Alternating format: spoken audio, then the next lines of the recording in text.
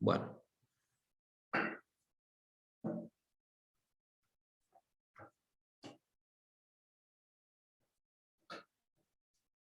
Bueno. El siguiente tema que vamos a ver es el síndrome de dificultad respiratoria, pero en los recién nacidos, que está muy relacionado con el distrés respiratorio, ¿sí? Esto famosamente se lo conoce también como enfermedad de las membranas hialinas. Ya después mencionamos el tema del programa, es decir, de los temas que entran para el parcial. Bueno, chicos, bueno, ya después lo arreglamos el tema del parcial. Espero que se tildó el...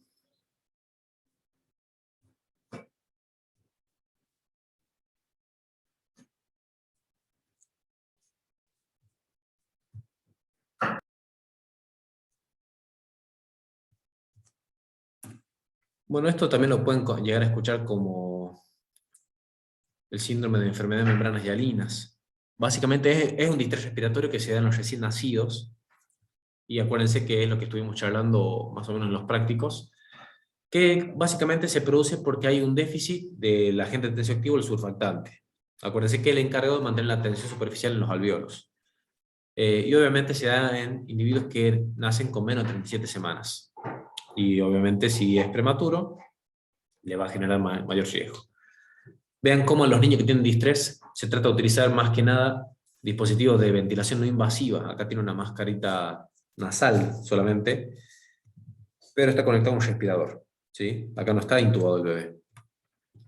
Bueno, ¿por qué se va a producir? Porque no hay producción de surfactante, ¿sí? Esto se da en los prematuros. Generalmente siempre se va a producir entre la semana 34 y la 36. Entonces, cuando más prematuro sea, mayor riesgo tiene de adquirir la enfermedad de membrana hialina. ¿Quiénes tienen riesgo también? La diabetes materna, embarazos múltiples, y si son, digamos, de raza blanca, ¿sí? Obviamente, si el niño tiene un retraso de crecimiento fetal, también puede llegar a producirse. ¿En qué situaciones puede llegar a suceder eso? ¿Sí? En el caso de las preeclampsias o la preeclampsia que es el embarazo con proteinuria, la eclampsia que es las convulsiones y el embarazo, en el caso de hipertensión materna, rotura prolongada de membranas y uso materno de corticoides. ¿Por qué acá va a disminuir? Porque estas circunstancias va a hacer que la embarazada produzca mayor generación de corticoides, y acuérdense que los corticoides producen la maduración fetal. Por eso, parte del tratamiento en la mamá embarazada es administrar betametasona. El déficit de la proteína B, el surfactante, es una anormalidad genética poco frecuente, usualmente de carácter autosómico recesivo. O sea, sería muy raro que pase esto, ¿sí?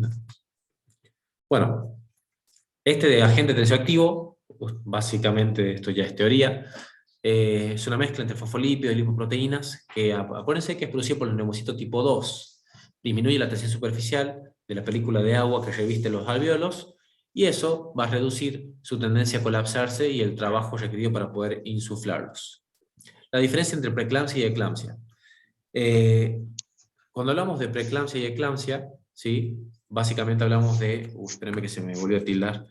Preeclampsia sería el embarazo que cursa con proteinuria, es decir, ¿qué es proteinuria? Es cuando hay eliminación de proteínas en la orina. Voy a identificar, hay un micrófono que está encendido. Mute, listo. Muy bien. Entonces, el embarazo que cursa con proteinuria, eso es lo que se conoce como preeclampsia, y que a su vez cursa con hipertensión. No es lo mismo que la hipertensión gestacional. La hipertensión gestacional sola es solamente eso, solamente hipertensión. Pero la embarazada que cursa con hipertensión y proteinuria es lo que se conoce como preeclampsia.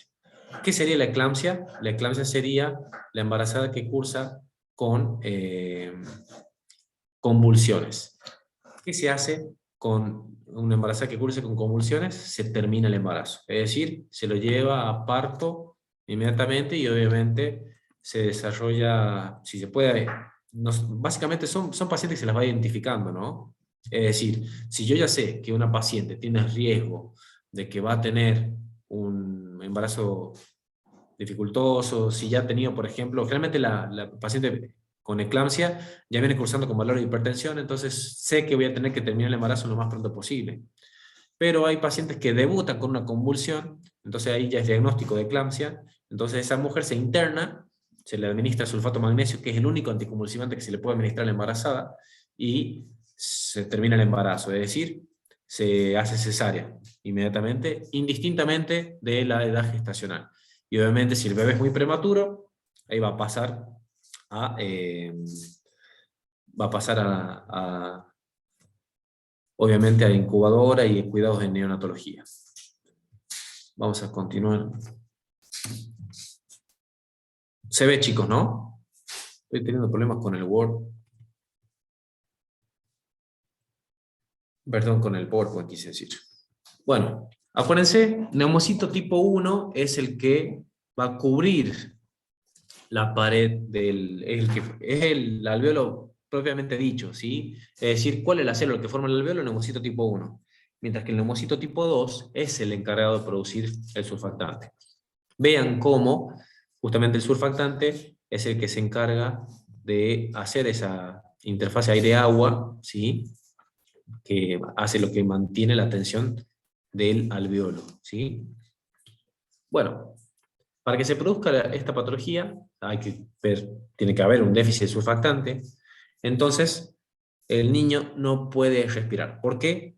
Porque los alveolos están colapsados. Entonces tiene que hacer mayor presión para poder abrir los alveolos. Si no hay una presión suficiente en la vía aérea, obviamente van a producirse una atelectasia. Eso va a desencadenar inflamación, edema pulmonar, la sangre atraviesa las porciones atelectásicas del pulmón, se genera un shunt también, y obviamente va a producir hipoxemia.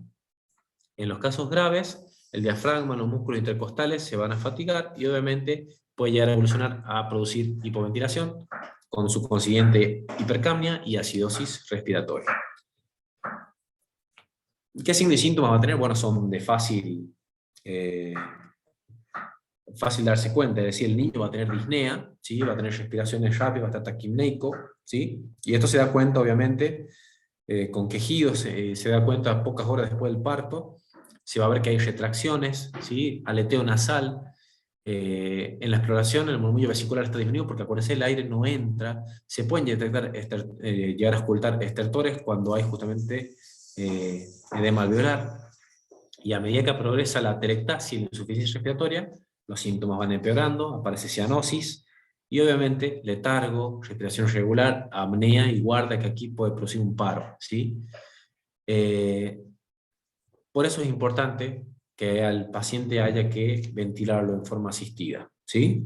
Entonces, tenemos que evaluarlo clínicamente el paciente, se le realiza gases en sangre para ver si no está hipercámnico, si no está hipoxémico, la radiografía de tórax puede mostrar unas alteraciones que ya las vamos a demostrar. Análisis de sangre, líquido cefalorraquídeo no es siempre necesario, cultivo de aspirado traqueal, es decir, a veces se hace una aspiración y se manda a analizar para ver si no tiene una sobreinfección. Uno llega al diagnóstico de síndrome de estrés respiratorio por la presentación clínica, es decir, cuando se reconocen los factores de riesgo, es decir, sabemos que es una embarazada que va a tener riesgo de desarrollar lo que viene a ser un parto prematuro y por lo tanto hay que identificar previamente esos pacientes. En los gases en sangre del neonacido vamos a ver que va a tener hipoxemia, hipercapnia y obviamente la radiografía de tórax vamos a ver las alteraciones que ya les voy a mostrar enseguida. Vamos a ver que va a haber atelectasias, ¿sí? Que se los puede llegar a ver también como vidrio esmerilado, puede llegar a haber broncograma aéreo, baja expansión pulmonar, y hay una escasa correlación entre el aspecto y la gravedad clínica. Vemos acá una plaquita que se ve que un pulmón está hiperinsuflado, pero vemos cómo está prácticamente colapsado el otro, cómo tiene más radioopacidad difusa, que es justamente la situación que hace que se detecte como hallazgo radiográfico, en este caso de la atelectasia, es decir, y vean, pequeño dato de que se observa en las atelectasias, cómo las costillas están más cerca una de otra, ¿sí? Están más apinadas, a diferencia de la hiperinsuflación que hay en el otro pulmón. En una tomografía ven cómo se ve la imagen característica, cómo hay broncograma aéreo y cómo hay zonas colapsadas y cómo está completamente consolidado el pulmón, ¿sí? Eh, Niño que se interna, hay que hacer hemocultivos, ¿sí? Son muy chiquititos. Ayer le mostré a los chicos en el práctico los hemocultivos de adultos. En los niños se saca solamente 1 centímetro cúbico, entonces no se saca casi nada de sangre. Los cultivos de líquido cefalorraquídeo no se realizan rutinariamente porque hay baja incidencia de meningitis asociadas con sepsis de inicio temprano, pero en algunos casos sí se puede llegar a realizar, ¿no? Esta situación. Por ejemplo, si en el hemocultivo me vino, por ejemplo, un bacilo gram negativo, tengo que sospechar si no tiene una Neisseria meningitidis. Entonces hay que sospechar sepsis de inicio tardío. Por eso, de rutina, los neonatólogos prefieren hacer hemo y cultivo de líquido cefalorraquídeo, es decir, hacer una punción lumbar. ¿Con qué hacemos diagnósticos diferenciales de este tipo de patología? Con lo que es la neumonía por el estreptococo del grupo B y si tiene alguna sepsis, taquimia transitoria del recién nacido, hipertensión pulmonar persistente, si se aspiró, se broncoaspiró, se ha hecho un edema agudo de pulmón, o tiene una anomalía congénita cardíaca, que esto la vamos a estudiar para el cuarto parcial. Con tratamiento tiene un muy buen pronóstico, una mortalidad baja hoy en día. ¿Por qué? Porque se hace apoyo ventilatorio.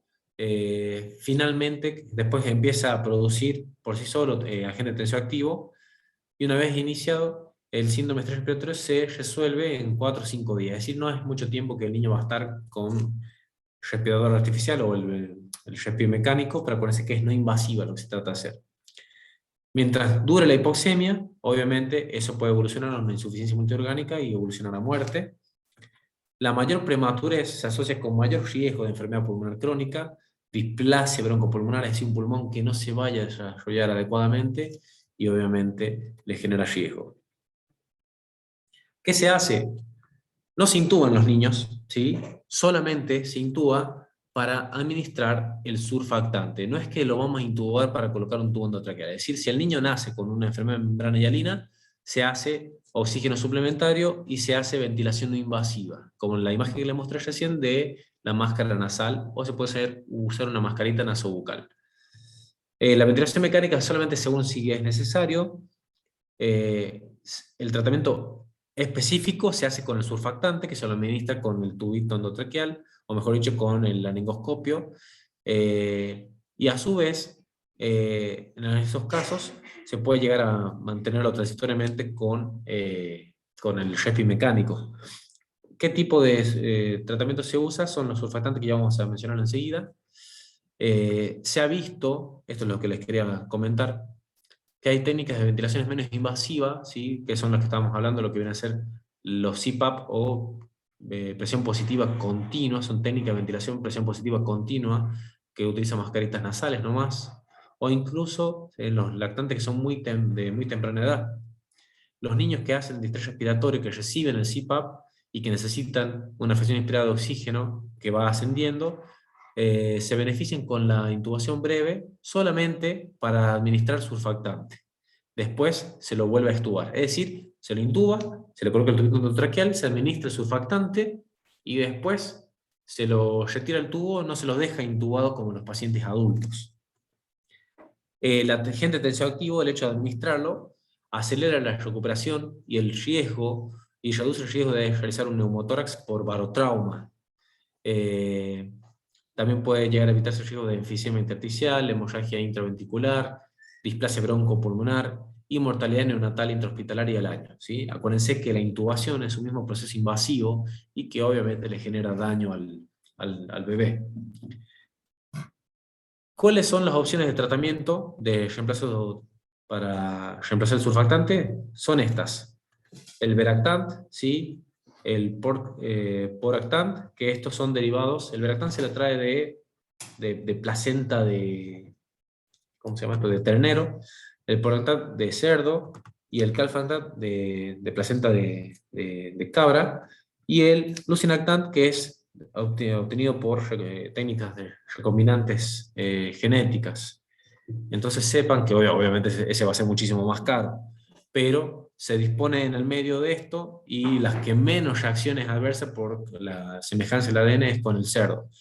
Entonces, se utiliza este tipo de surfactantes para administrarlo en forma intratraqueal y de esa forma evitar el riesgo en el recién nacido. Por último, dos palabritas. Vamos a hablar de como otra enfermedad frecuente que se da en pediatría. Es lo que nos quedó pendiente de la clase pasada. ¿Recuerdan lo que es la bronquiolitis? ¿Sí? La bronquiolitis es una enfermedad que se da en los niños. Esto es importante que sepan porque hay infecciones respiratorias que se dan en los niños menos de 24 meses y que es lo más característico, más frecuente, ¿sí? Va a producir dificultad respiratoria, va a causar con sibilancias y estertores crepitantes también. A veces se dan brotes de epidemias y se dan niños, como decimos, menos de 24 meses, pero la incidencia máxima es entre los 2 y 6 meses de edad. Entonces, cuando ustedes tengan un bebé, un sobrinito, etcétera, y tengan un cuadro respiratorio, y en estos meses de edad, lo más frecuente es que sea una bronquiolitis. La incidencia anual en el primer año de vida es de 11 casos cada 100 niños, ¿sí? ¿Cuál es la etiología? Ya hemos charlado un poco de los virus. El virus sincicial respiratorio, el rinovirus, virus parainfluenza, y menos frecuentes son los virus influenza A y B, los parainfluenza 1 y 2, metaneumovirus humano, adenovirus y una sola bacteria, Mycoplasma pneumoniae. El virus lo que va a hacer se va a propagar de la vía aérea superior, ¿sí? Hacia los bronquios, y obviamente produce necrosis epitelial y desencadena la respuesta inflamatoria, va a generar edema, exudación, que eso puede producir alguna obstrucción parcial de la vía aérea, que obviamente se va a notar más cuando expira, es decir, podríamos llegar a detectar estertores subcrepitantes. Y eso obviamente puede llegar a producir atrapamiento aéreo o ciertas áreas de atelectasias. La obstrucción completa y la absorción de aire atrapado va a producir lo que veníamos mencionando esto, lo que son las atelectasias, y que se pueden ser exacerbadas cuando respira altas concentraciones de oxígeno, ¿sí? Lo más común, lo más frecuente, es que el niño tenga síntomas de una infección de la vía aérea superior, y puede ir progresando con una dificultad progresiva que se va a detectar porque hay taquipneas, retracciones intercostales, tos sibilante o tos perruna. Los lactantes pequeños, menos de 2 meses, y los recién nacidos pueden llegar a presentar episodios de apneas recurrentes seguidos de una resolución de esta apnea y comenzarían signos y síntomas más típicos de la bronquiolitis a las 24 y 48 horas. Estos signos de dificultad respiratoria, ¿sí?, que se pueden llegar a detectar son la cianosis, ¿sí?, retracciones que son cada vez más profundas, sibilancias audibles, ¿sí?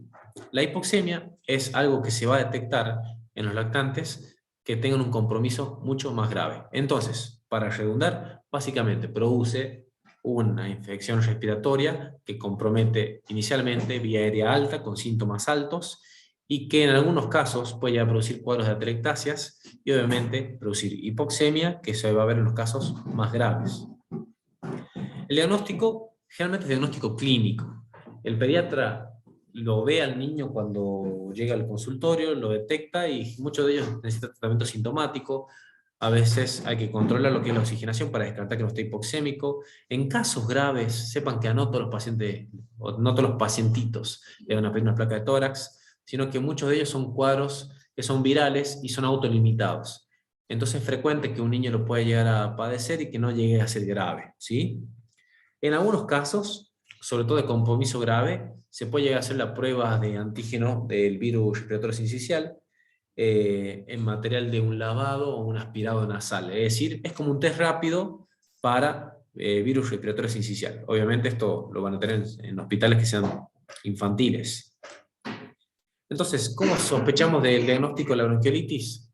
Básicamente se lo sospecha por las características clínicas, el examen físico y si hay varios casos que sospechen de una epidemia, ¿sí? Una exacerbación del asma, a menudo es precipitada por una infección de virus respiratorio, podría causar síntomas similares a la bronquiolitis, pero es más probable en un niño más de 18 meses de edad, ¿sí? En los pacientes con sospecha de bronquiolitis debe establecerse la oximetría pulso para evaluar la oxigenación, es decir, sí o sí tenemos que controlarlo, no puede irse el niño sin que le controle la oxigenación, y no se requieren generalmente otros estudios adicionales en caso que llegue a tener una oximetría que sea normal, ¿sí? Para que ustedes sepan, a veces los pediatras lo que utilizan son oxímetros que toman la oxigenación del lóbulo de la oreja. Entonces, cuando lo tienen ahí en la mesa de examinación, le colocan el oxímetro y controlan la oxigenación a partir del lóbulo de la oreja. En caso de hipoxemia y dificultad respiratoria, ahí sí solicitar una radiografía de tórax, que ahí podemos llegar a ver ciertos signos que lo vamos a ver enseguidita en una plaquita, ¿sí? Va a haber hiperinsuflación, parte del pulmón, puede haber depresión del diafragma y algunas tramas iliares prominentes, ¿sí? Entonces, acá vemos cómo hay áreas que están hiperinsufladas, ¿sí? En este caso vemos cómo acá tiene, por ejemplo, en la radiografía, tiene una atelectasia, sobre todo del lóbulo derecho, y ven acá cómo se le ve bien la forma típica triangular, ¿sí? Y tiene infiltrados peribronquiales. El diagnóstico, ¿sí? Se puede llegar a encontrar infiltrados como resultado de la atelectasia. Acuérdense que cuando ustedes lo estudian en la gente, lo que son los síndromes lobares, ahí van a encontrar lo que es una atelectasia. Es decir, la van a ver como una condensación. Esto es lo que se ve en esta imagen, se ve una condensación, pero esta condensación no es una neumonía, sino que es por una atelectasia. Entonces, dentro de los síndromes lobares, la atelectasia se la puede encontrar ahí, la pueden encontrar en el argente. Ya la vamos a ver igual para la semana que viene, lo que son esos síndromes. En algunos casos, en neumonías por virus sincicial respiratorio se puede llegar a detectar eso también. Y la neumonía por virus sincicial respiratorio es frecuente en los lactantes con bronquiolitis, ¿sí? Es decir, que la bronquiolitis evolucione a una neumonía. Estos pacientes se le hace la prueba de antígenos para virus sincicial respiratorio, el hisopado o el aspirado nasal, pero no siempre es necesario, se lo suele dejar más para las enfermedades graves de estos pacientes.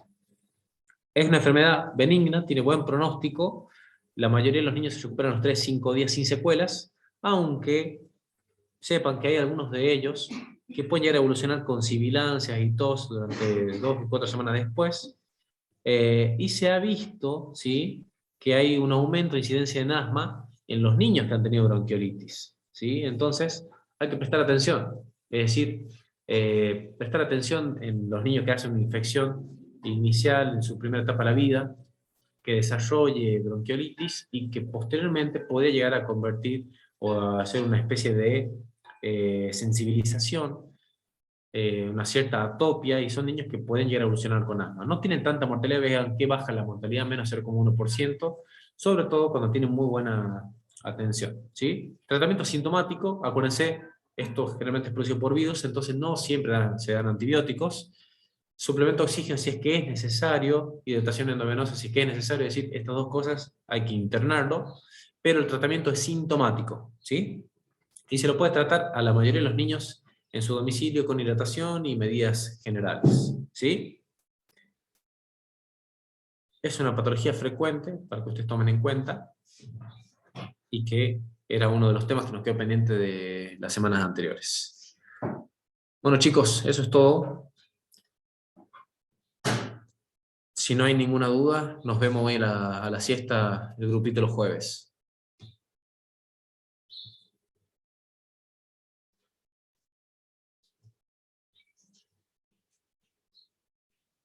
¿Dudas? No, profe.